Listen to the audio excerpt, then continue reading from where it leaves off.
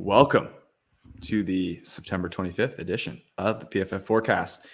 I'm George. I'm joined by my main man, Dr. Eric Eager, fresh off a visit to go curse his favorite team, the Kansas City Chiefs, in Indianapolis. Rumor has it that he actually stole the playbook from Andy Reid, and that's why the game looked so terrible. I did not steal the playbook from the 49ers or the Denver Broncos. They were terrible, and that was of their own volition. We're going to talk about the Eagles and the Dolphins, the two undefeated teams. Which one is more for real? Are we worried about any of the big or powerful teams that lost today? And then we're going to guess the week 4 lines and decide what our best bets are. Let's rock.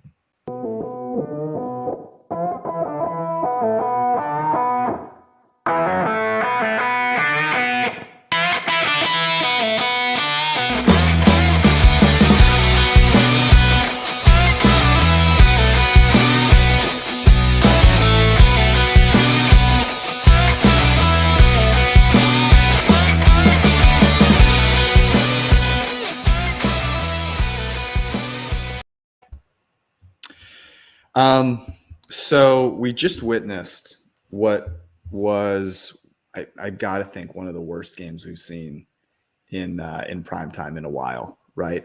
Can you remember a worse Sunday night game? Cardinals Seahawks, that game that ended in a 6-6 tie was worse. That was pretty bad. That was pretty bad.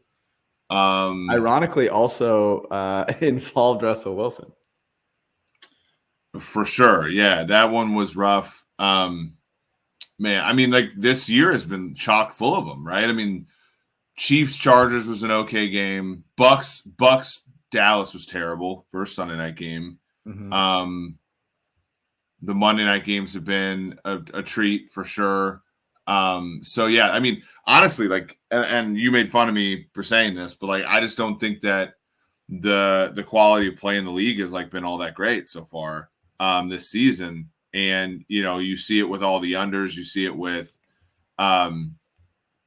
quarterback play being down a little bit. It's just not great. And so I'm interested now in sort of what that means moving forward here. Like, I don't really know. Like, I take from some of these games, like I take the Kansas City loss to Indy, right? That sucks. I take the Detroit loss to Minnesota, and I'm like, well, at least Detroit showed us they were a real football team today. But then their coach kind of screwed over the game at the end.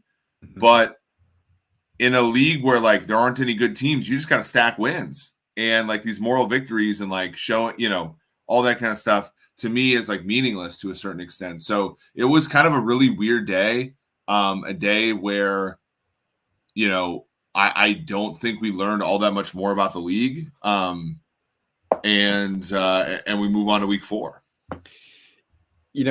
So I will push back a little bit on there aren't any, the quality of play, I think overall is down. I agree with you. As far as like the good teams though, I will say this, your Chiefs, that was a depressing performance.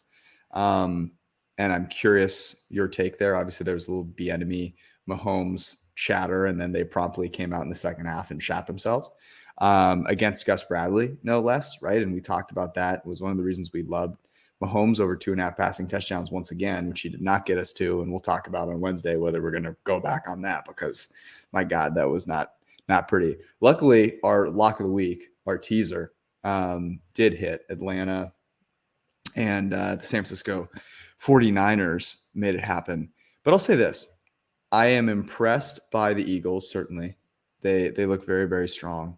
I'm not in any way down on the Bills. The Bills played with like 6 starters not in the game, pretty much their entire defensive backfield due to injury. And they had so many long drives end in either a field goal, a turnover on downs, end of half. At the end of the game, they obviously ended after a long drive without any points. So even though I give a lot of credit to the Dolphins and I thought they played, really well, the Bills offense looked fantastic. Like there's no looking at that offense and going, oh yeah, like something's wrong there. So I don't think the Bills move off my number 1 spot. I'm not willing to kind of drop the Chiefs yet, although I think the Eagles are certainly right there. And I think you got to put the Dolphins up there. But in a week where the storyline going in was how many injuries there were, we were kind of set up for this, right? Like, even though I think both of us are bullish on the Jaguars and they have looked really, really good offensively. In fact, they have the number one EPA per pass play on first and second down, which is a testament to Urban Meyer's shittiness and to what Doug Peterson and Trevor Lawrence have done. They played a Chargers team that clearly, at least in my opinion, shouldn't have played their quarterback, right? Like, and was without Bosa, without Slater. These games I don't feel are the right kind of representation of these teams. Certainly, like the Bucks, for example, without most of their weapons. So I'm not ready to take this week, Eric, and say because of this week, the quality of the NFL is down. I just think it's a result of the injuries that we've had so far. Yeah, but I think that plays into it, right? Like the nature of elite quarterback play is it can overcome injuries, right? So, yeah, I mean, like, look, like you just saw it in the game that just concluded. And frankly, I'm going to be quite honest with people. I took a half-hour nap during that game. So I was tired from driving 4 hours to and from Indy.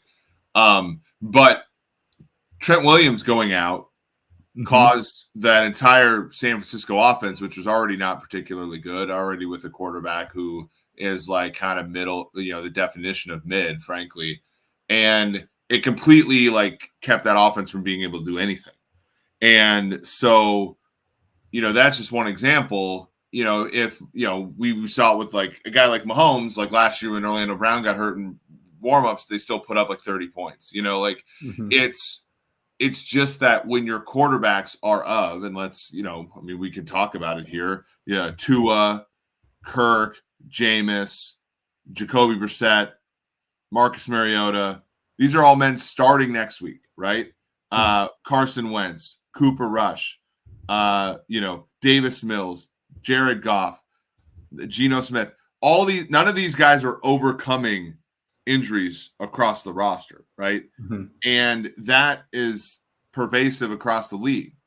And so injuries certainly matter, but and I got to look at the data, but we're not dealing with this we don't have COVID. Like we do have COVID, but we don't have COVID this year. We don't have COVID outages, right? These, what the real issue is we lost Drew Brees. We lost Dak Prescott. We lost, we haven't had Drew Brees for a while, to be clear. Yeah, but Drew Brees played in 2020, and then we lost him. Dak. We also are losing Aaron Rodgers and Tom Brady before our very eyes. Like those guys were terrible today, to be honest with you. Et cetera, et cetera. We're losing high-end quarterback play. Even the too high stuff is really causing guys like Patrick Mahomes to not be impervious to things like that, or to at least not give the buffer that they once had given to their teams by being elite level quarterbacks. So I think the injuries were certainly something, but I don't think the injuries that in and of themselves were more. I just think their impact was higher because quarterback play around the league is not at the level it's been in a while. The Brady Rodgers matchup, which was pretty funny to watch, and I think both of us had the Bucks in the Circa Millions contest, and my God, that was a painful game to watch.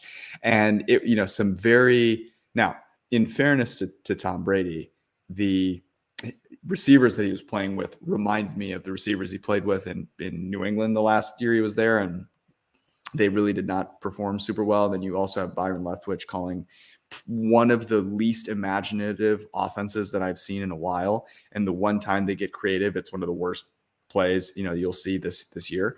But they should have had 2 delay of games called on the 2 most important plays of the game. They only ended up having 1, and that cost them the game. But you're right. I mean, the guys that we have relied on to be consistently excellent are not consistently excellent. And I'll say the number one guy there, usually it's been Brady, but the guy that we've always sort of relied on has been Mahomes. I would argue right now, the only guy that I'm confident is going to go out. Actually, sorry, I'll say this. I think there are 2 guys right now that I'm confident will go out and just put on a show kind of no matter what. Josh Allen with a bullet. And I'm starting to kind of say that and think that about Lamar. Lamar has done some things with a supporting cast that is good, but nothing great. And the guy is continuously putting on an absolute show. He's throwing the ball down the football field with accuracy, and with his legs, obviously, he's still dynamic.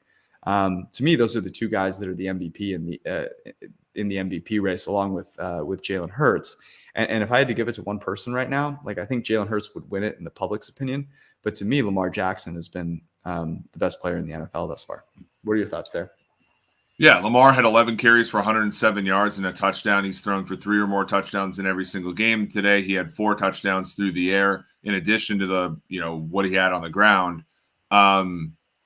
Yeah, I mean, for sure. This is not a Ravens team now. The Ravens are getting healthier. Like they had a day where there were no, injuries on their 53, but they played today without Ronnie Stanley again. J.K. Dobbins, off, an ACL, finally made his debut and was 7 carries, 23 yards. It's like, not a great impact.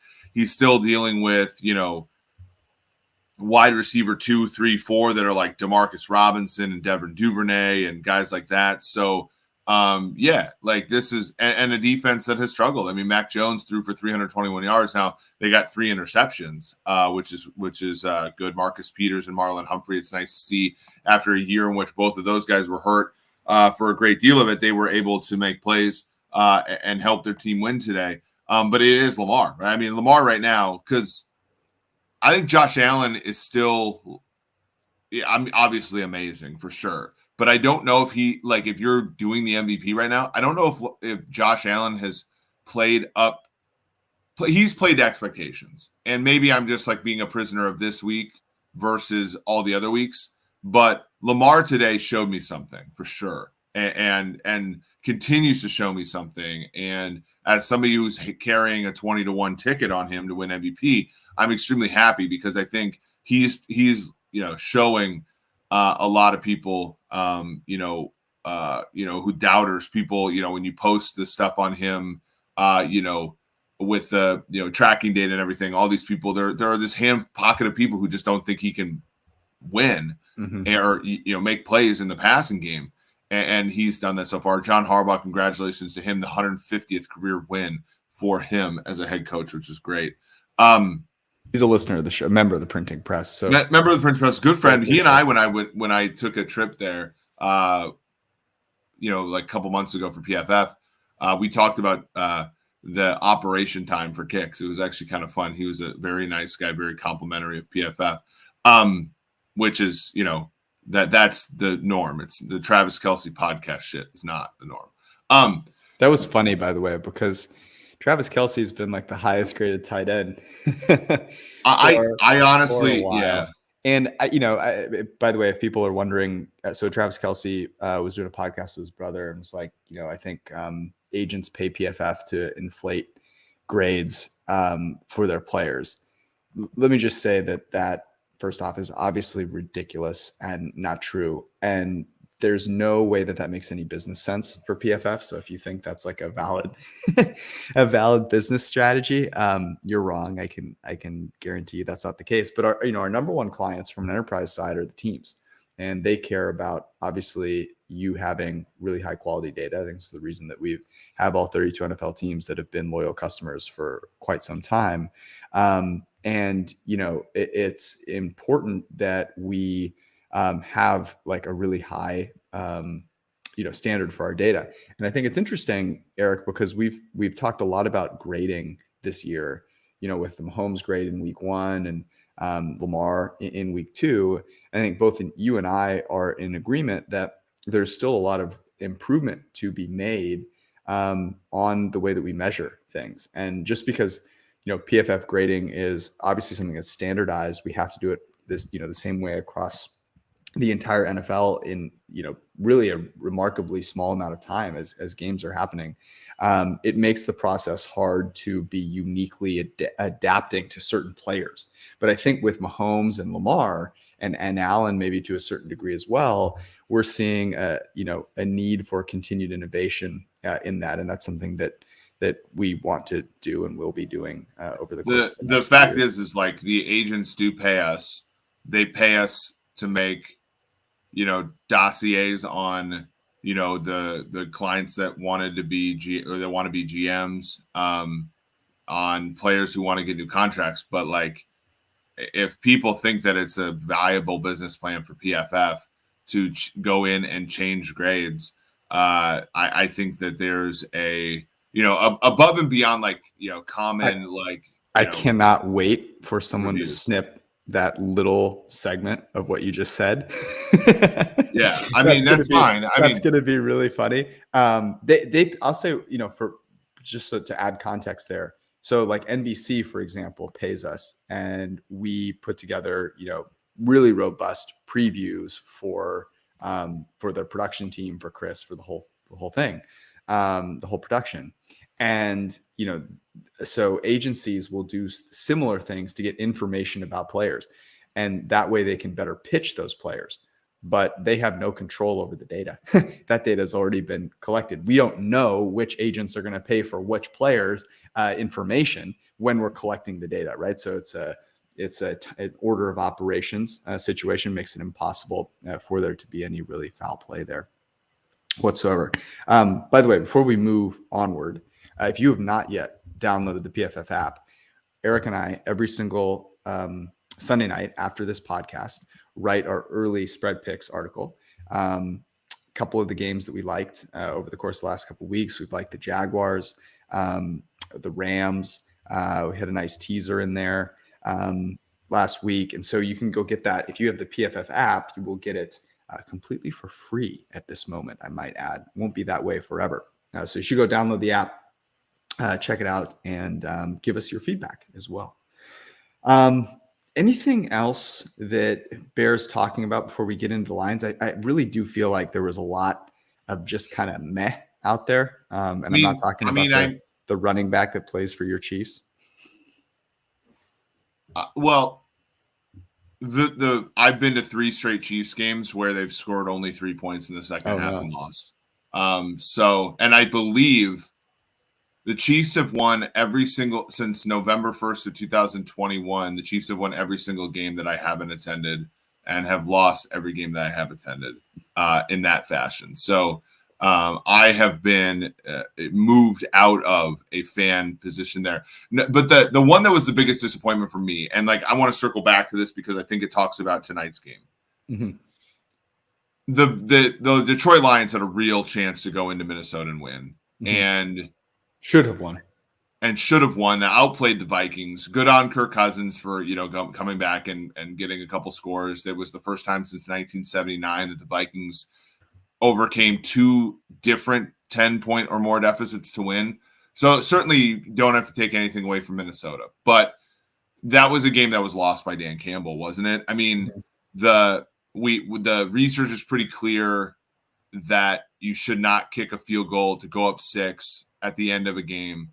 And I think it's even more clear you shouldn't kick a 50-something yard field goal, right? Because you also have the opportunity to punt, right? And like, I'm not even like a big punt, but like, you had 1:14 left on the clock. Minnesota had no timeouts. You could basically draw that down to a minute and have Minnesota start at like the 8-yard line, even if it's like not a perfect punt. Even kicking it through the end zone for a touchback, right? Like has Minnesota starting.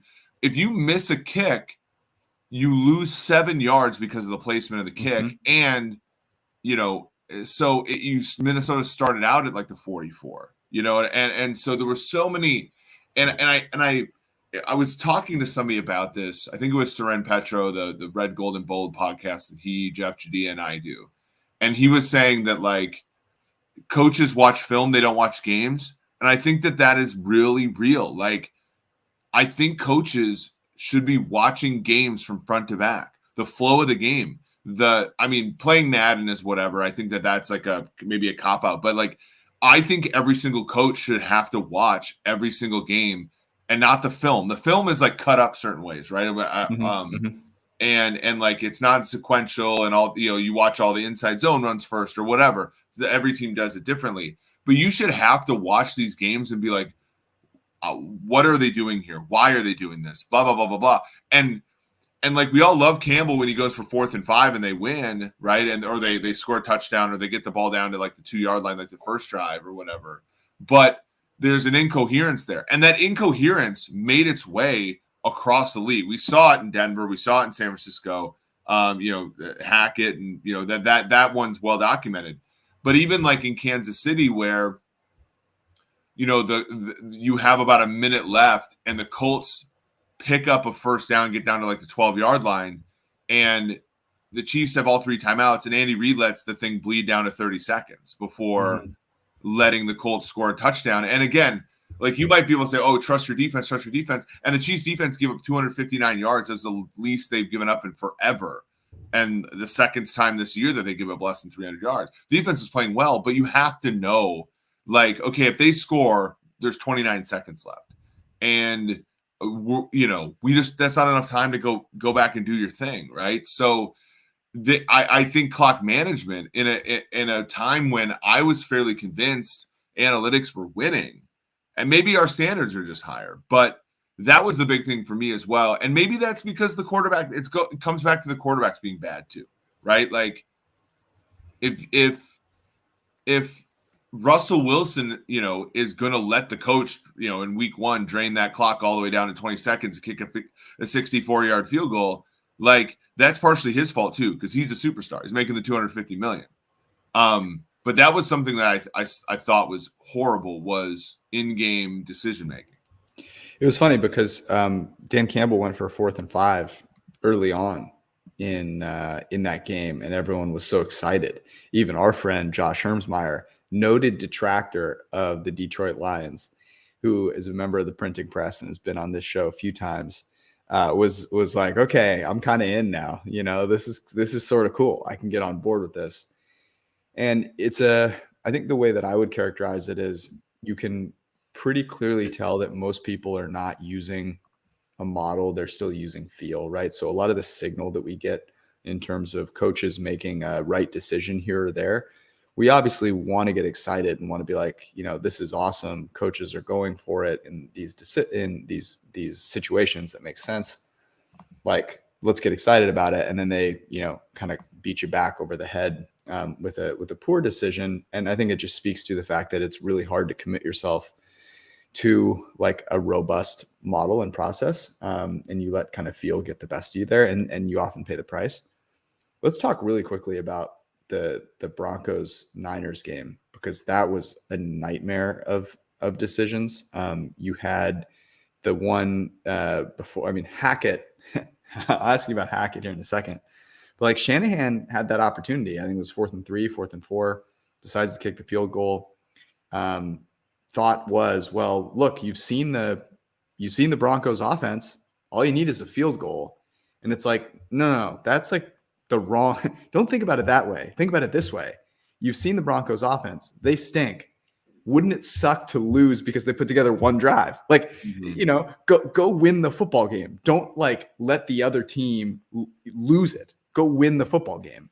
And I think that's interesting is that, there's this desire, and maybe this sounds like I'm an old man on the front of my lawn, but like there's this desire amongst football fans to get excited about running the football and toughness and all of this stuff. And then when it comes to like making tough decisions that give your team a better chance to win, it's like, oh no, like let's kick a field goal here. It's very funny, that dichotomy. It seems like with the Niners and Jimmy G, we kind of know that story already. With the Broncos, like it's now been 3 games. I last week was like, no, let's give Nathaniel Hackett, let's give Russell Wilson a little more time. I'm not seeing improvement. Are you out on them? It's hard to be out on them when they have Russell Wilson and they have the same record as the Chiefs and a much easier schedule than the Chiefs have. So, So you're staying. I'm not staying in, but I'm also not writing them off. I was watching today's game. I showed up to Lucas Oil and I said, look, the Chiefs could go 3-0, and Vegas lost, which we sort of talked about. Chargers, you saw that number. This was after we recorded. That Chargers number went from 7 to 3 on Herbert's news. I was tweeting out to everybody that I tweeted that Justin Herbert was legitimately injured, and that it came to fruition. I don't know. Like another bad coaching decision was what the hell is Brandon Staley doing, having Justin Herbert out there taking snaps down 28 with a bad rib cage, right? Like that seems like silly to me. But now, and Denver Denver was an underdog tonight. So they could have very well lost. And the Chiefs would have had a 2-game lead over everybody in the AFC West. Now they're tied with the Broncos. The Broncos have the easiest schedule of the bunch. So no, I'm not out on them, but man, they're going to have to improve. They're going to have to improve for sure. That defense is going to be real though. I mean, you have Randy Gregory and Bradley Chubb. You have, Ronald Darby's a good NFL corner. You have, obviously Surtain. They have a ton of talent on that team. Surtain played great. Yeah, that defense is like legit, right? And if the Chiefs continue to struggle with,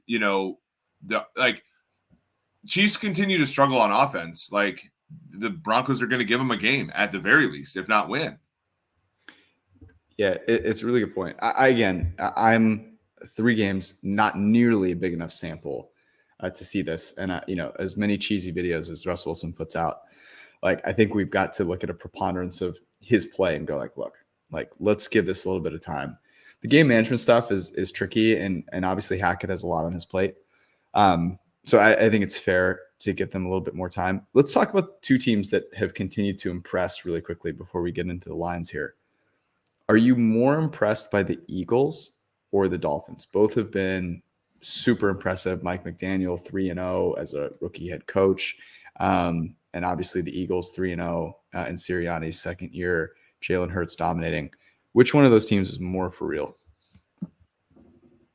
I don't know. I think it's the Eagles, but clearly the Dolphins have played now and won against two legitimate AFC teams. And in fact, if you count the Patriots, a playoff team last year, 3 legitimate AFC teams. Whereas with the Eagles, they had, Detroit's spunky. But obviously we saw their warts today. Minnesota almost lost to Detroit. So how good are they really? And then, today, Washington, holy buckets, were they terrible. So, Philly, the last 2 games, has scored 24 points in the first half and none in the second half. They've basically been able to play half a game and win. 24 points today came all in the second quarter for the Eagles. So I would say the Dolphins, just because their expectations were lower and they've met them and exceeded them. Now, Tua would and I have to go back and watch the game. Like I said, I was at the Colts Chiefs game, so I was just hanging on, watching the score and stuff. I mean, Tua only completed 13 balls, 186 yards. He had that concussion-ish thing that they decided to let him back in with, and now they're examining it. Allen had 63 throws for 400 yards, which seems like a lot. 63 seems like a ton. The Dolphins, I mean, their defense was mostly the reason they won this game. Yeah. Yeah. And it's tough because obviously more impressive victory, the Dolphins. But if you watch that game and, I want to say it was about drives that accounted for almost 250 or 300 yards that resulted in 3 combined points for the Buffalo Bills. And obviously they were missing a bunch of players, and a bunch of players were also getting were really affected and impacted by the heat. But I think the fact, Tua goes down, and I do so a lot of people are really mad about the concussion thing. When I watched it, I was I didn't see him hit his head. So I actually do buy that his back, if anyone's had a back injury before, that if your back locks up, you will fall to the ground. So I do kind of buy that, but the fact that they overcame that. Tyreek Hill did not have a big game today, and they still managed to get the victory. At the end of the day, Jalen Hurts to me is the better quarterback, than Tua is. And I think that the Eagles have similarly a very good supporting cast, and they don't have Waddle and Hill, but they do have very good defense, and a better offensive line than the Dolphins do. So I think my answer is the Eagles. Although I'm really excited by the Dolphins. And I think what Mike McDaniel has done there, in contrast to what Nathaniel Hackett has done, is very impressive. But check this out. At the end of the day, I think the answer is going to be the Eagles, and people in the chat have pointed this out because their schedule is just ridiculous. So they've played Detroit, Minnesota, and Washington. Now, as we talked about on Wednesday, remember when we talked about Washington plus 6.5? And like, I actually took the Commanders in circa. You convinced me a little bit. But we were talking about, like, there's no way Carson Wentz is going to show up for this game. So let's not like give them too much credit for beating the Washington Commanders. They play the Jaguars, who look to actually be legit in week 4. They play the Cardinals, the Cowboys. Maybe Dak Prescott is back for that. Maybe not. Then they have a bye week. Then they have the Steelers, the Texans, and the Commanders again. They play the Colts in week 11, Green Bay in week 12. And Green Bay is like the only good team that they play. They then play Tennessee, New York Giants, Bears, Cowboys, home versus the Saints, and then home versus New York Giants again in week 18. I mean, they legitimately have, like, I don't want to say like a team's going to, go 16-1 or whatever, but they're playing nobody. So, at the end of the day, I think it probably is the Eagles, and they have a legit shot to coast to the 1 seed there. Yeah, crazy. Yeah, for sure. And they might not be underdogs again the rest of the season. So yeah, which will be crazy considering they haven't been one yet. And yeah. Okay, let's get into guessing the lines here. By the way, if you are here hanging out with us, I encourage you to guess the lines yourself, so that you can show up and play along with us. Share with your friends, have them come hang out as well. It makes it a lot more fun. Get you can argue in the chat if you'd like. I'm supportive of that as well. We have a member of the printing press, by the way, who downloaded the app and left us a nice little review. And I might add, if you leave a 5-star review and give us a good take or just even something funny, we'll read it here on the podcast. This is from Zad9, Z-A-D-9. And this is funny because I have these tickets as well. So he said, I had tickets for Trey Lance MVP, Trey over 188.5 passing yards in week 2, and a Niners-Ravens teaser in week 1. And he said he's blaming it all on me. George, your 49ers fandom is draining my money account, and I had to hide it from my wife. He said, all kidding aside, great podcast. Learned a ton from the betting space. You guys actually taught me the how and why of betting instead of taking a heads providing their best bet approach. Which they probably didn't make. I don't know if I read that correctly, but anyways, shout out to Zad9 for a little review on the PFF app. Let's start with Thursday night. So Thursday night is Miami, as we just talked about, going into Cincinnati to play the Bengals. I have this as Bengals minus 2.5. What about you? Yeah, same thing. And that does appear to be what the number is. Yep.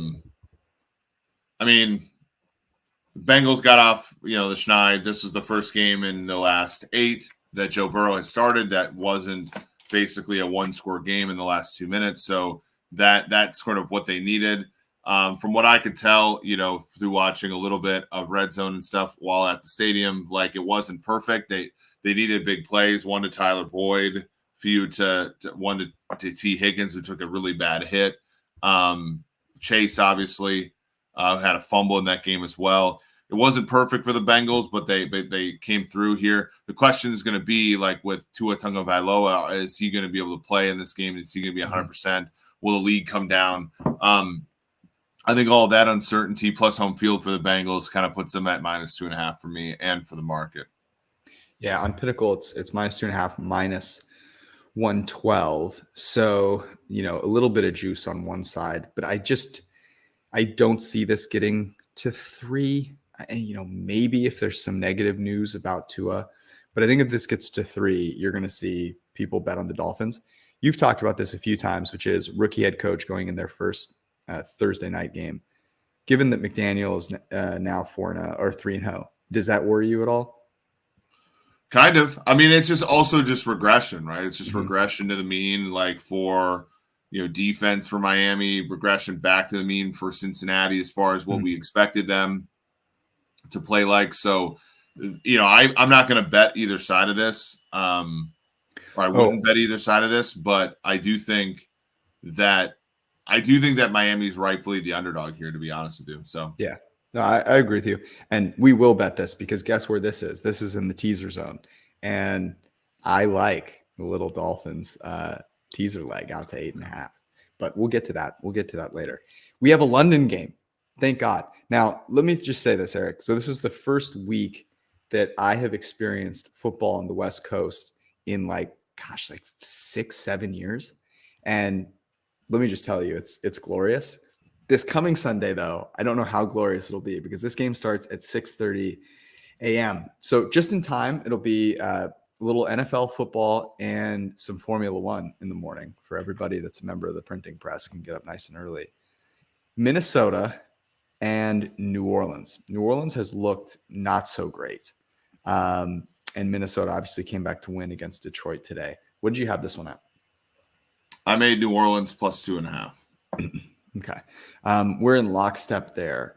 It looks as though it is now 3. At least that's what I'm seeing on Pinnacle. New Orleans plus 3, I guess minus 113. So if it's at 3, are you betting on that game? Probably. I mean, I think that the issue is that the Saints are horrendous on offense and the Vikings, it depends on the day, but can move the football at least. We had, with, Cousins actually was not very good today. And if you take away the last drive, which you obviously can't, but he was, 260 yards on 41 attempts. Like that's not good at all. So I don't know. I would say, with the Saints, you're just looking at Jameis Winston's not healthy. He's not performing well. They got beat kind of soundly by the Panthers. 2 more interceptions by Jameis in that game. Mayfield only had to throw for 170 yards, and 67 of it came out a touchdown to Laviska Shenault. Like if you want the Saints in this game, you basically need to hope that their defense plays really well against the Vikings offense that has some weapons, and maybe they will, maybe they won't. But that's kind of where I am here. Winston did have 353 yards. Traquan Smith and Chris Olave over 100 yards each guy. So maybe there's a little bit of regression there. Maybe New Orleans at an expensive plus 3 is worth looking at. But yeah, I don't know. Like I have a little bit more respect for Minnesota right now than I do New Orleans. New Orleans, a team that has been pretty brutal. Yeah, they have the 4th worst EPA per early down play.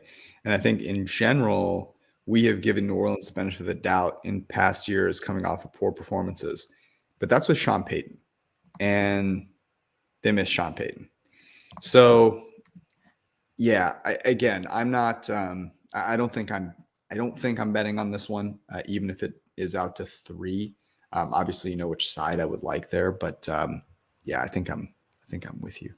Okay, let's go to Cleveland, Atlanta. Our Falcons, led by Arthur Smith, who does not care about your fantasy football team, although he did get Kyle Pitts some run today in a victory against the now well-rested Cleveland football Browns. I have this is in Atlanta.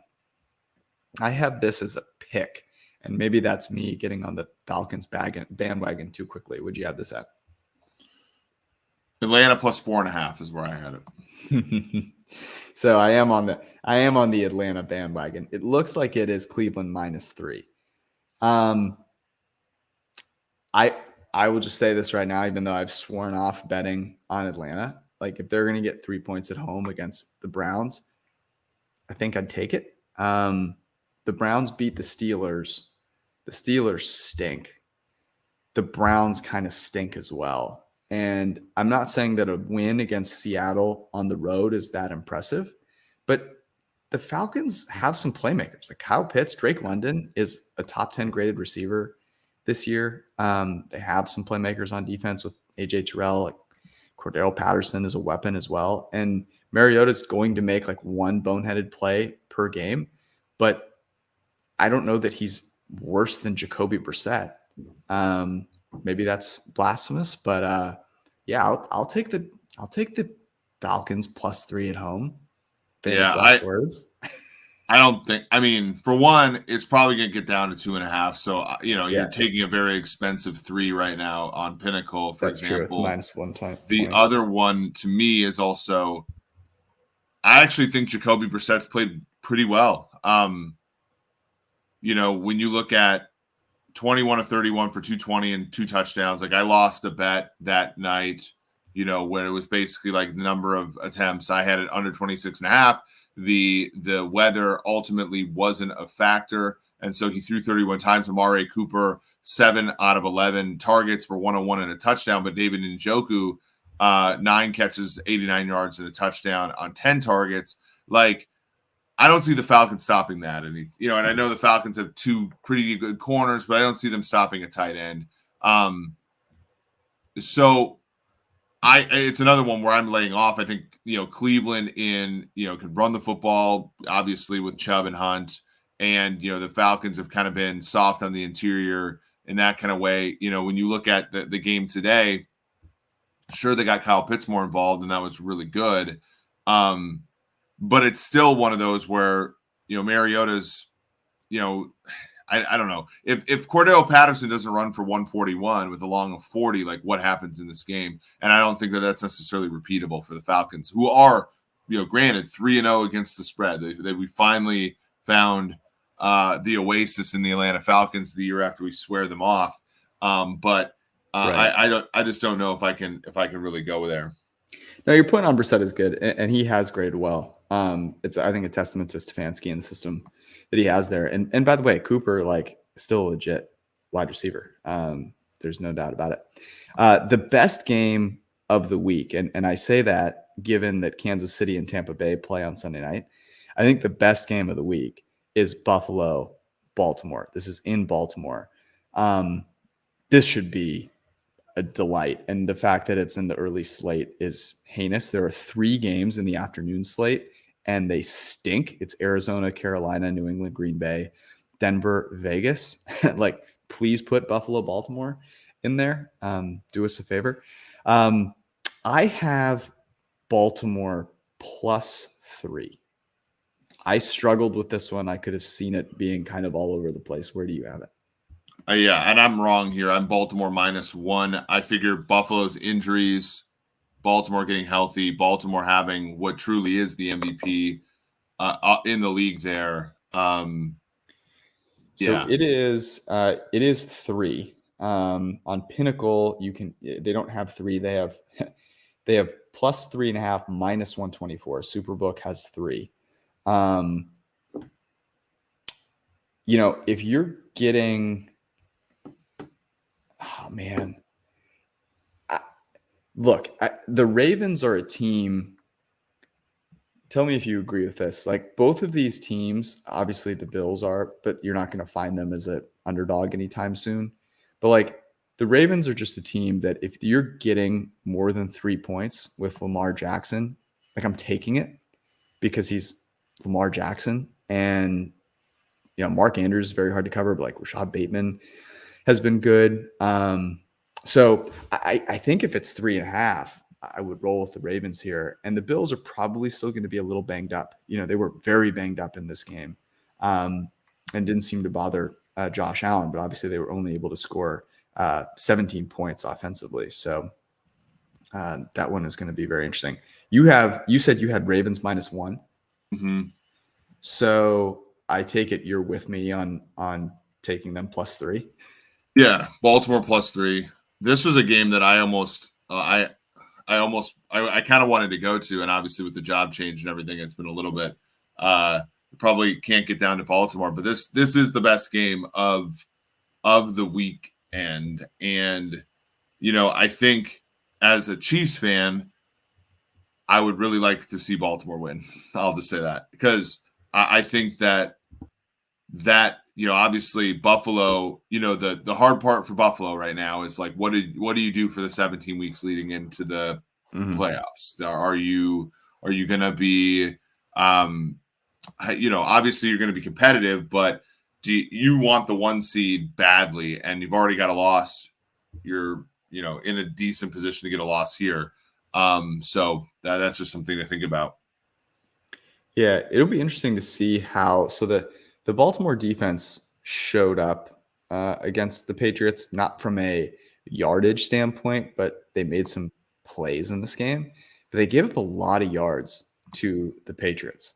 I don't have the number right in front of me, but I want to say the Patriots were one of the top 5 teams this week in terms of yards per play, but Mac Jones kept turning the ball over. So this will be interesting. And I would expect a decent number of points here. Washington and the disgusting Commanders. That was one of the worst performances. We talk about, the Sunday night performance by both teams were bad.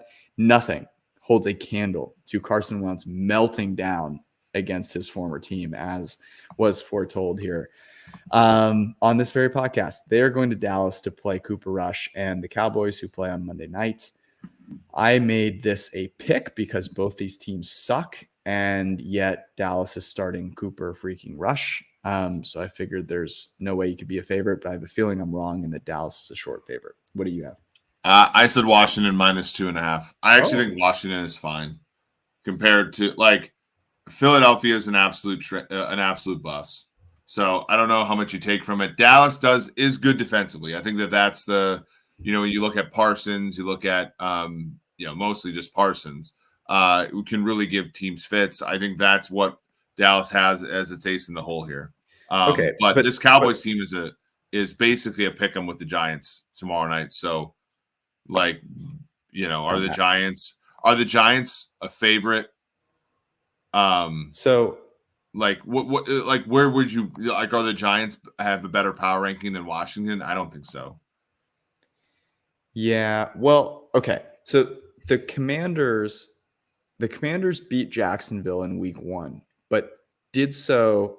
I feel like if we go back and we watch that game, it was it was kind of a weird, they kind of put a few things together. Like they had some nice plays at the beginning, and then they put a few things together at the end.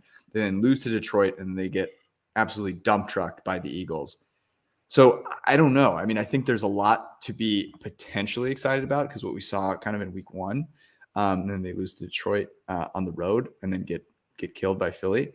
But I feel like that there's potential. It's hard for us to be like, actually, the Commanders are fine because I don't know that they have been fine for enough time. But they are 3-point underdogs to the Cowboys, if I'm reading this correctly.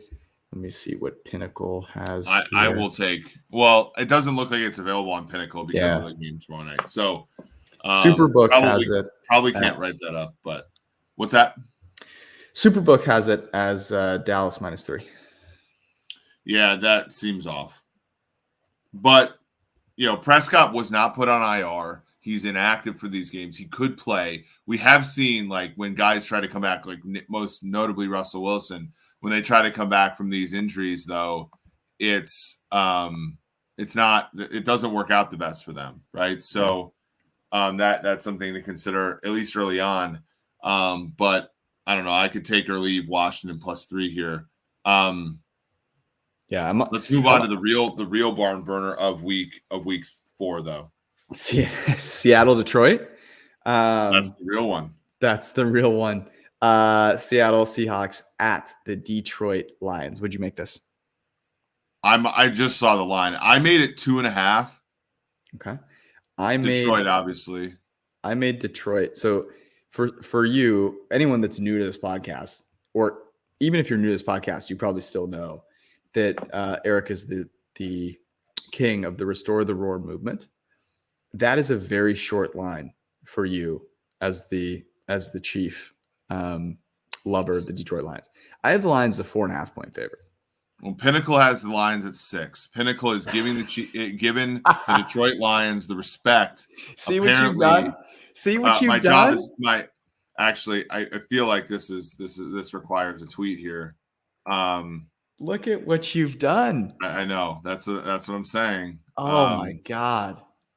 Is my job over? Okay. I love the Lions. Okay, so what I just said about the Ravens. The Lions are a team that, like, they're playing every game within a touchdown, right? I mean, that's just kind of the team they are right now. Man, that is really, really, really generous for a team that isn't even in the top 15 in EPA per early down pass play. That's surprising to me. I kind of like Seattle there.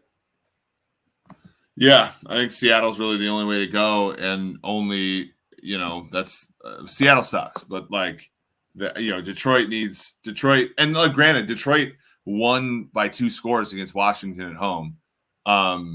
Seattle's worse than Washington, so I get it. I think that of all the coaches that are going to like own the problem, like Dan Campbell's going to own it, right? Like, this team is not going to come out and, like, they gave a humongous effort against the Vikings, should be commended for how well they played, and then the coach kind of screws up end of game stuff, and do they come out flat? That's obviously can happen. I think it's going to happen less with Dan Campbell as a coach. I'll just say that. Before we move on, Brothrow, if you live in a place where you cannot legally play sports bets, Brothrow is basically an exchange, social community where you can bet with other people, and they pay you via Venmo, Cash App, PayPal, Skrill, or Strike. I've done it. You actually do get paid, and you pay no vig. The way that they are making money, well, first off, they're trying to grow a social platform, so they're not really worried about making money right now. That's kind of how social platforms work. But you can tip them. That's one of the ways that they make money. But they're legal in all 50 states. So you can go play juice free, no fees, no middleman, just bets with anyone that's out there. You bet $10, you win $10. And the only way that you can get into the community right now is with a code. So use ours. It's brothrow.com/PFF. And when you're there, use code PFF. Brothrow is free to sign up and super easy to use. No player props yet, but you can bet sides, totals, NFL, and college. And here's the thing: you can name your price, so you can put a line out there and see if people will take it. So you're not bound by the price or line that is there in the market. You can set your own, which is kind of cool. So go to brothrow.com/PFF and get rolling today. Okay, next up, we have the Los Angeles Chargers going to play the Houston Texans. Did you think it was ridiculous that Justin Herbert played in this game today? I don't like the starting was fine, but like the playing once it became once it became clear that the game was over seemed stupid to me. But played, no. Although the market certainly did move as if he wasn't going to play. So that was an interesting one for sure. I mean, he still made a couple of ridiculous throws, which is not. Yeah, but that's that also, like, that's the point about Herbert, man. Herbert makes ridiculous throws. Can he consistently make the throws that you need to do to win games? Like, that's a good question. And that's a question, by the way, that's true about him healthy. True. Oh, for sure. And I mean, they were without Keenan Allen. Joey Bosa got injured. Rashawn Slater got injured. They were without some of their better players here. If Herbert comes out there, I mean, what percent was he at? Because if he's at 80, 90, 100%, which I don't think he was, getting destroyed by Jacksonville, and Jacksonville has been good, is embarrassing and pathetic. So, I'm not going to like write them off here, but if you're putting Justin Herbert out there, you're saying he's good enough to play, then you can't make that many excuses for this game. So after watching, I was like, oh, well, Herbert's hurt and all this stuff. He was out there. He played the whole game, and they got killed. So I do think it's fair to put some criticism on them, because that was kind of a pathetic performance, especially given that your quarterback is out there putting himself on the line like that. You know what I'm saying? It's like, man, if I go out there with internal bleeding, like I would hope that we would put on a better performance. Yeah, but they're not a good team. Out. Like this is that's kind of the point I'm making. Team that hasn't made the playoff. This team's made the playoffs once since 2013. Like this is, and I know people don't want to hear it, but like the Chargers are not that good. Like they, and I know last week I had them like third or something like that. Like this is a team. This is a league full of teams like the Chargers, where like. Did Travis Kelce's agent pay you to say that? But I made Houston plus 5.5 because I still think that the markets are going to split the difference on Herbert. That's interesting. That's exactly what I made this. Markets have the Houston Texans plus 6. Okay. So basically probably not bettable. 6 is a key-ish number, but not, not terribly so. I mean, look, I know what side I'd be on, right? Yeah. Like Houston has gone now 2-1 against the spread. They probably could have won outright if they didn't have a turnover at the end against the Bears. Mm-hmm. Like they're playing hard. Honestly, Houston's a lot less embarrassing than they've been the last couple of years. I'll say that. And the Chargers again banged up. And they beat the Chargers the last time they played them at home, and it was a banged up Chargers team, just like this one is going to be. Exactly. I'm kind of talking myself into the Texans right now. Tennessee goes to play Indianapolis. It is in Indy. I have the Indianapolis Colts, who I am excited to hear from you whether you think that they have a shot at being a legit, a real NFL team, because we did not see that through 2 weeks, but they just beat your Chiefs. I have the Colts minus 2.5 in this game. Yeah, I actually make it. I have two conflicting statements. I make it 4.5. Oh no, it's more of an indictment on Tennessee than it is a praise on Indy. In the Chiefs Colts game today, neither team scored a touchdown on a full length of the field drive. Like both Chiefs touchdowns were off of either turnovers or like a turnover on downs deep into Indy territory. Indy's only touchdown before their game winner was after a Sky Moore fumble on the first drive of the game inside the 5. Even the Colts game-winning touchdown came after a sack would have forced a 4th and 15, and Chris Jones apparently said something to either the referee or Matt Ryan that got a 15-yard penalty. So literally nobody in that game drove the length of the field by themselves to score a touchdown. Now, on the plus side, I thought that the Colts defensive line was fabulous today. I thought, DeForest Buckner was really good. Yannick Ngakoue really got after the passer. I thought their coverage was good. But Patrick Mahomes was under siege the whole game. Tennessee, Taylor Lewan's out for the year. Mm-hmm. Offensive line was already not that good with him in the games. So the Colts are going to do their thing defensively in this game. But Matt Ryan is teetering on the precipice of washed. I'll just say that. And it did not look great today. No, it was not great today. The Indianapolis Colts, 24th in EPA per early down play this week. Now the Titans were just about average, but that's why I think it's a little rich to make this as it is right now at the Superbook 3.5, Indy minus 3.5. Looking on, it's 3.5 minus 102, a little bit more juice on the other side. So maybe it gets to 3. I'll say this, I'll scoop up a 3.5. Like, I don't like either team, but all the things that you've kind of said about Tennessee, which I agree with. The Colts stink too, man. Like that's why at the end of the day I made this 2.5, because I was like, both these teams just kind of suck. Market makes it 3.5. I think it's going to be trending towards 3. So, and I think look, like I talked to somebody today because I had sideline passes, and I was talking to both sides, people on both teams today. And I do remember it was kind of like one theme was, this is an 0-2 team. They're playing their home opener. They're hungry. I hope we don't come out flat type of thing.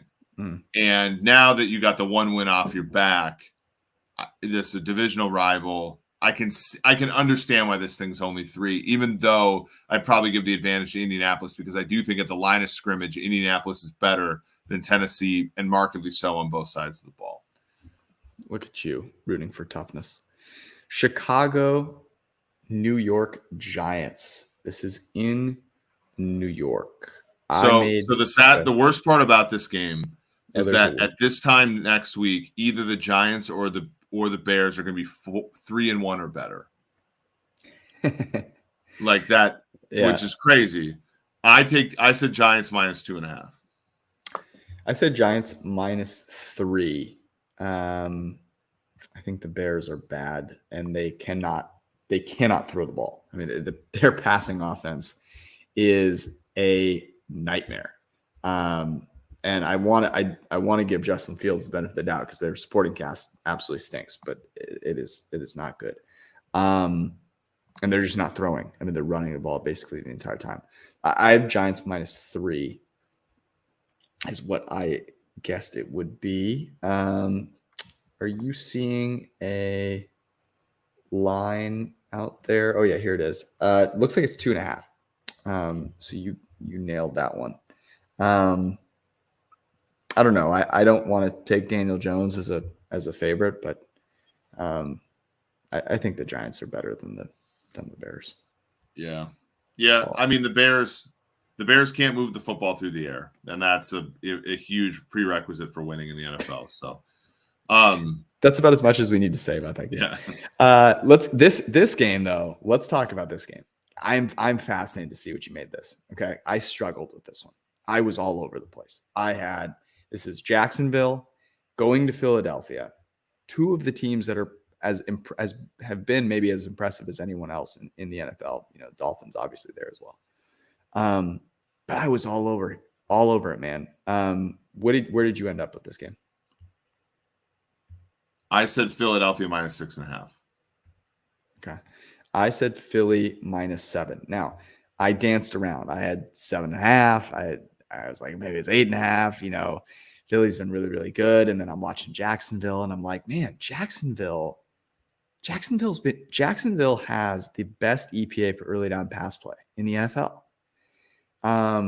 Trevor Lawrence looks confident and competent. Both those running backs for the Jaguars have some juice. The receivers, I think a point that you've made many times, they've overpaid for these guys, but they do have a fairly deep receiving core.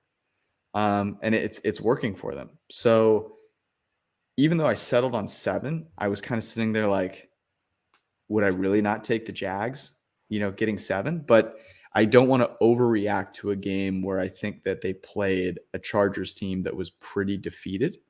And they're going, to the Eagles. It will be a much, much harder atmosphere for them. And probably a little bit of a rude awakening with the physicality that the Eagles are going to bring. So that's where I ended up on 7. It looks like at the Superbook, it is 7. On Pinnacle, it is 7 as well. Although it is -7 plus 107 plus 7 is minus. So we're kind of spot on at 6.5 there. Yeah, we're both on it. Are you buying into the Jags? Sure.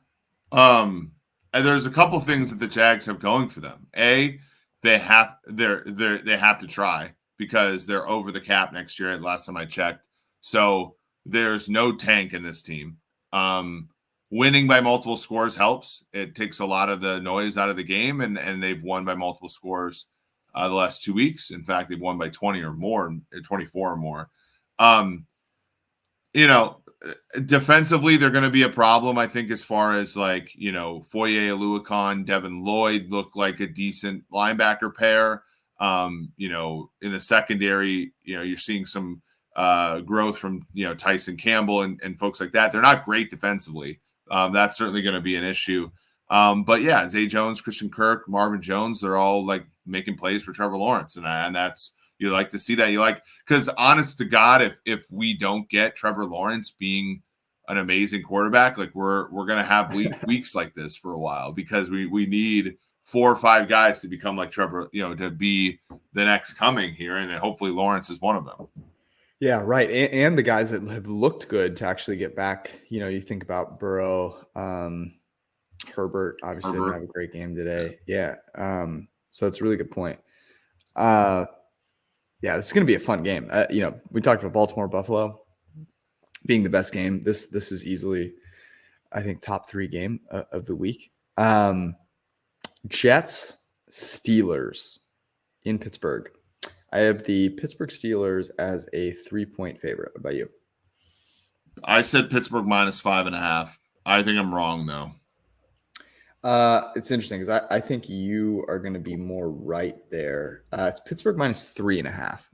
So I guess we're splitting the difference there. Apparently, Zach Wilson could be back for this game. I don't think it makes a difference. I'm a little surprised, though, that Pittsburgh decided not to roll Kenny Pickett out for this game because they are playing the Jets, and then their schedule gets a lot harder. Trubisky Trubisky's not the answer. So are you surprised that they're not putting Kenny Pickett out there? Well, I think that's the problem, right? The problem when you run an offense that requires very little of your quarterback is sometimes they meet that standard. And that was what happened Thursday. Like, Trubisky played fine. They required nothing out of him. Now you're stuck with him for another week because he didn't play himself out of a job. Mm-hmm. That's the hard thing, right? Like, he didn't.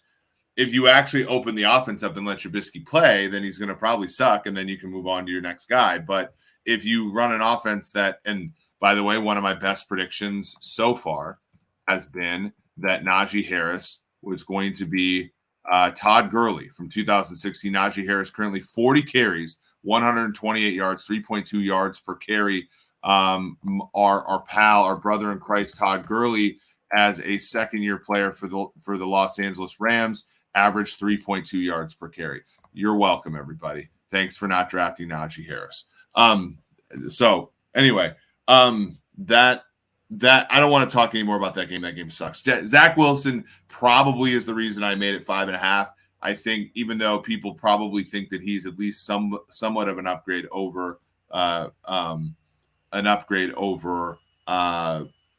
Flacco. I don't think he is right now. Yeah, we don't need to talk about that game anymore. Garrett Wilson looks sick though. Hopefully he's healthy. Arizona goes to Carolina. God, both these teams suck. Carolina won this week, which is hilarious. And so I'm sure they're going to somehow Carolina's going to be favored in this game. Carolina should not be favored. They stink. Dude, but both these teams stink. Insane. I have Carolina +1.5. What about you? I have Carolina +2.5. Right now, Carolina is actually laying 2.5. Yeah. So I think Arizona is at least a teaser leg at +2.5, but probably just take them against the spread at this point. Yeah, I would probably just take Arizona money line, but I love them as the teaser leg. So we have a couple of options here, right? We have it does look like 1.5 if you look at. So I'm on the BetStamp app, by the way. Shout out to Rob Pizzola and his team for that. 1.5, so Pinnacle right now is kind of weird. The +2.5 is -123. I don't know why they're indexing on 2.5. It's mostly Panthers -1.5, Panthers -1 ish. Yeah. But even then, you still want to take. I mean, you could take Zona on the money line at +105 or so, and track it that way. I feel like that seems to be like a good bet there. I am with you. New England, Green Bay. In Green Bay, I have actually it's your turn. Go. What did you have this night? I took Green Bay -6.5. Okay. I have Green Bay -7.5. Part of this is that I don't think that Mac Jones is playing in this game. And so I think it's going to be Brian Hoyer. It looks like Superbook is at 7.5. Pinnacle's at 10. At 10. So they clearly don't think Mac Jones is playing in this game. We don't need to talk much about it. I mean, the fact is if New England is if New England is healthy,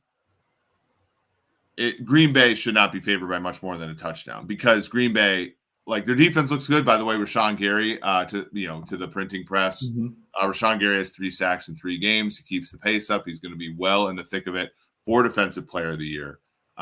Just monitor that for a while. I know there are higher names there, but Green Bay, after a rough week 1, has now given up 22 points in the last 2 games. So their defense does look as advertised. And in fact, like if you throw in 23 points in week 1, I know Justin Jefferson was kind of embarrassing for them. They've given up 45 points in 3 games, 15 points a game. That's exactly what they averaged giving up when they won the Super Bowl in 2010. So some of the plans are coming into place for Green Bay. I don't think you want to just score 14 points in some games. So I don't think I could touch -10 if I was a Green Bay backer because, it's just it doesn't look like they can reliably score right now. But defensively, they should be able to keep other teams at arm's length for at least a decent amount of the season. I have a take on Green Bay. Before we do that, though, just a quick reminder. Go to DraftKings Sportsbook. You can bet $5 right now with promo code PFF and get $200 in free bets when you sign up for DraftKings Sportsbook, an official sports betting partner of the NFL. And if that's not enough, everyone can boost their winnings with DraftKings stepped up same game parlays. Right now, for every leg you add, you can boost your winnings up to 100% with payouts bigger than ever. Why bet on football anywhere else? Really a great question. To make things even sweeter, you can throw down on stepped up same game parlays once per game all season long. So go take advantage of that with promo code PFF and download the DraftKings Sportsbook app now. That is promo code PFF with a $5 bet. You get $200 in free bets if your team wins. When you place that bet, that's code PFF at the DraftKings Sportsbook, an official sports betting partner of the NFL. Minimum age and eligibility restrictions apply. See the show notes for details. Also, even though the season has started, Underdog Fantasy still makes it easy for you to keep things rolling. They have a pick'em game that you can go play. So just look for your favorite or least favorite player stats, pick whether you think they'll end up with higher or lower that total. And then you can win up to 20 times your money in a single night, depending on how many different pick'em combos you put together. So you can pick between 2 and 5 players for your pick'em entry, and that determines the multiple that you can win. And here's the deal: use promo code PFF, and Underdog will double your first deposit up to $100. So you can play plenty of pick'em. That is promo code PFF at UnderdogFantasy.com or the Underdog Fantasy app. It's a good app, so go download it. My take on the Green Bay Packers is that they at home can blow teams out that are mediocre, but they're going to struggle against any good team. Like, why is that? Because to beat any good team, you have to have some kind of high caliber passing offense. And my God, I mean, Randall Cobb is the guy that looks like he has the most juice on that offense. Romeo Doubs made a couple plays today, but man, they won the game against Tampa Bay. I would not say it was impressive or made me feel confident. So I can see why Green Bay would be out past the touchdown against New England, on the road, Mac Jones. I'm not buying that. But if it's Brian Hoyer for the Patriots, don't you think that the Packers just blow them out? Just run all over them? Yeah, but Belichick is done. Belichick's defenses are not a joke, right? Like, yeah, that's right. They'll be able to, you have to score if you're an offense. And I know Hoyer is on the other side of the ledger, but yeah, it just feels like is Green Bay going to be able to score the 21 points necessary to cover -10? I would say, yeah, maybe the defense, their defense on its own, because their defense has looked really legit. Yeah. Denver goes to Vegas to play the Raiders. Win this Raiders, by the way. This is one hell of a game. I mean, these teams stink. Somehow the Broncos are 2-1. Raiders are 0-3. Devontae Adams has been weirdly not around past couple of games, and Derek Carr's PFF grade is not good. Who's to blame? Member of the printing press, Josh Dubois, who covers the Raiders for the AP, spent the entire offseason. He was worse than me. Spent the entire offseason telling Raiders fans their team was mid and got scorned. Mm-hmm. And of course, like, this is the thing, right? With these mid-tier quarterbacks, if you index on their best performances, which was Derek Carr down the stretch last year, you are going to lose money betting on them. I'm sorry. And Derek Carr was wonderful at times last year, and everybody indexed on that and said that it was the next big thing. Devontae Adams indexed his whole career on it and moved to Vegas to be with him. And you play cowboy and you get your Spurs handed to you, sir. So that I have no this is, I made Denver -2.5 on the road, and I think frankly, like, given that Denver, this is the first game where Denver's offense struggled to move the football. They generally speak in the first two games move the ball and then just like crashed and burned. Mm-hmm. This was a game where they couldn't even move the ball. So I think that they come back to earth and actually, perform well against the Raiders. And so I think that they should be laying a couple points here, 2.5. I have them laying 1.5. It looks like the Raiders are laying 1.5 as opposed to the Broncos. This is a very easy bet to make. Bet Denver, fade we last saw them on Sunday Night Football and they were a flaming pile of poo narrative. Man, it was a kitchen. The thing is, it was a kitchen sink game for the Raiders today. Yes. Obviously, this is another kitchen sink game. I mean, they go to 0-4. I mean, my God. But sometimes you don't have pots and pans. Like the right. Raiders don't have Chandler Jones. My brother in Christ, Chandler Jones, is like, he's social distancing from the quarterback like it's March of 2020. Like the guy. That's been the worst sign. That's been the worst acquisition in football so far. They have a feeling. There's a feeling that I'm getting about them where it's like it just all starts to disintegrate before our eyes. And that's the problem. There was a behind doors meeting between Mark Davis and Josh McDaniel already after this game.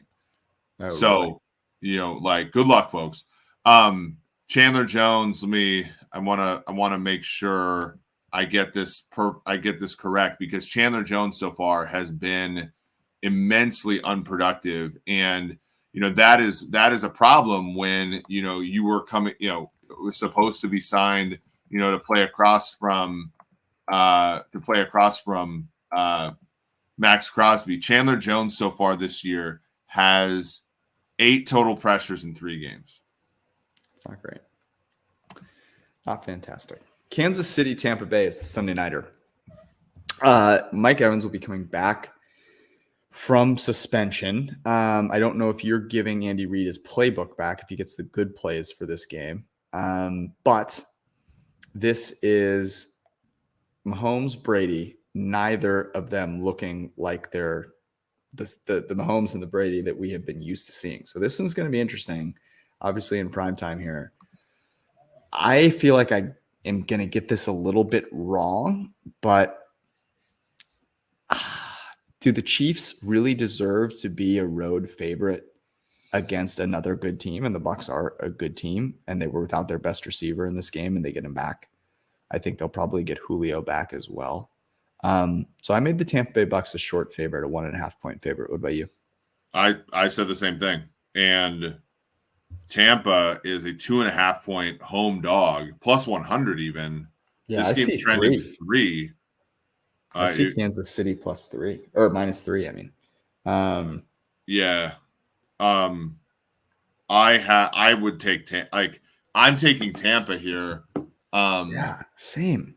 Like the issue, and again, here's my take on the Chiefs, because somebody came at me and was like, oh, Juju and MBS, blah, blah, blah, blah, blah. And yeah, I grant, those two guys combined today for Juju had 89 yards, MBS had 48. You would take, 137 or whatever from Tyreek Hill. Like that, they've rebuilt Tyreek Hill in the aggregate in some ways, but their offense is still struggling. That defense is freaking good. And if you don't get the the draft picks and the money that you got with the Tyreek Hill trade, your defense would still have been cheeks like it was last year. So the composition of the Chiefs has changed, and it's different than what we're used to. And right now it's taking getting some adjustment. The Bucs, I mean, the reason I like the Bucs against the Packers was I didn't think the Packers receivers were that strong. I thought the Bucs could clamp them down, and for the most part, they really did, right? I mean, they only gave up 14 points. This is where I look at this game. This game might be 17-13. Like, again, total 46.5 has to be the lowest total for a Chiefs game, and God knows how long. And in fact, 46.5 under is an absolute smash, is it not? Yeah, I think a lot of unders are at this point. Yeah, you can't be too excited about either of these offenses. 47.5 is available, by the way, in WinBet if you want to take that under in that game. That's a pretty damn good number to get across 47. So Monday night, the Los Angeles Rams and Sean McVay go to visit Sean McVay's father, Kyle Shanahan, and the San Francisco 49ers. I made the 49ers a 1.5 point favorite in this game. What about you? I did too. 1.5. 1.5, and 1.5 is what it is. Rams are very uninspiring is correct. Yeah, the Rams were uninspiring. I'm just marveling at Big Mike here in the comments, just over and over and over again. Just kind of interesting. Yeah, the Niners obviously have a lot going for them. I really like what they're doing, with the safety position. I think Charvarius Ward's playing great football for them at corner. Obviously, the linebacker is great with Warner, as well as obviously the defensive line with Bosa. Kerry Hyder's played great. Eric Armstead didn't play tonight, but he's a good football player. Like, that side of the ball has got it figured out. Rams today were very uninspiring. Did cover, by the way. We had that as a pick.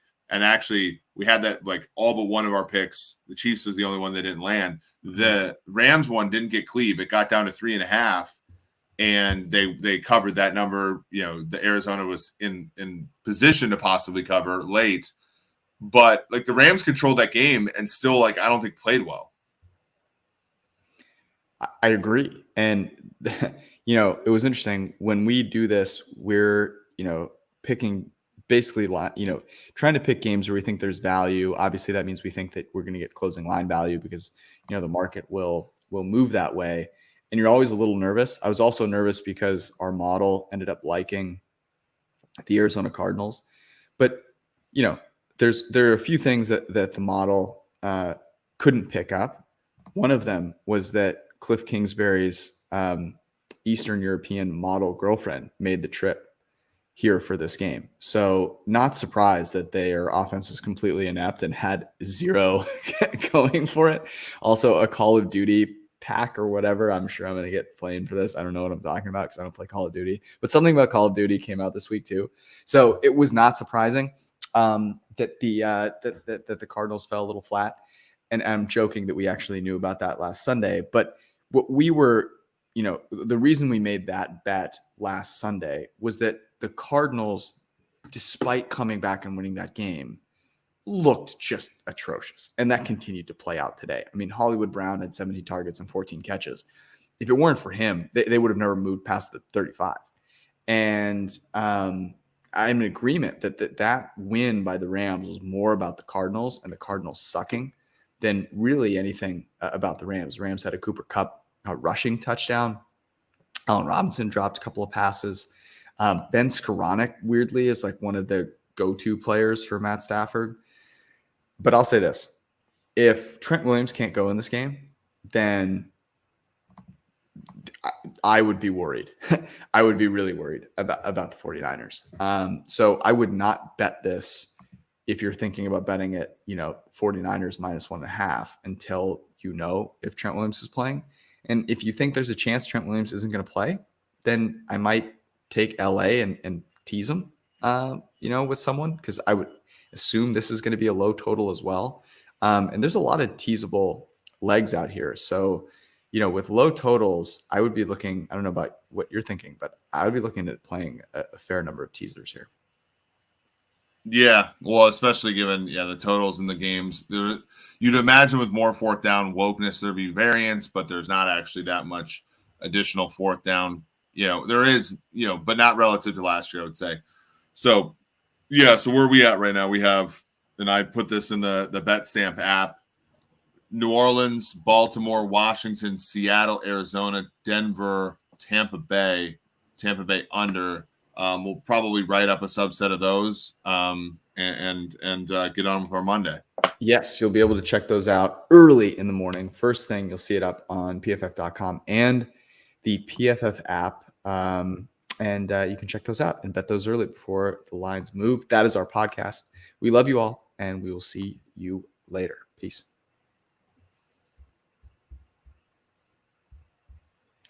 All righty. Appreciate y'all. See you on the internet.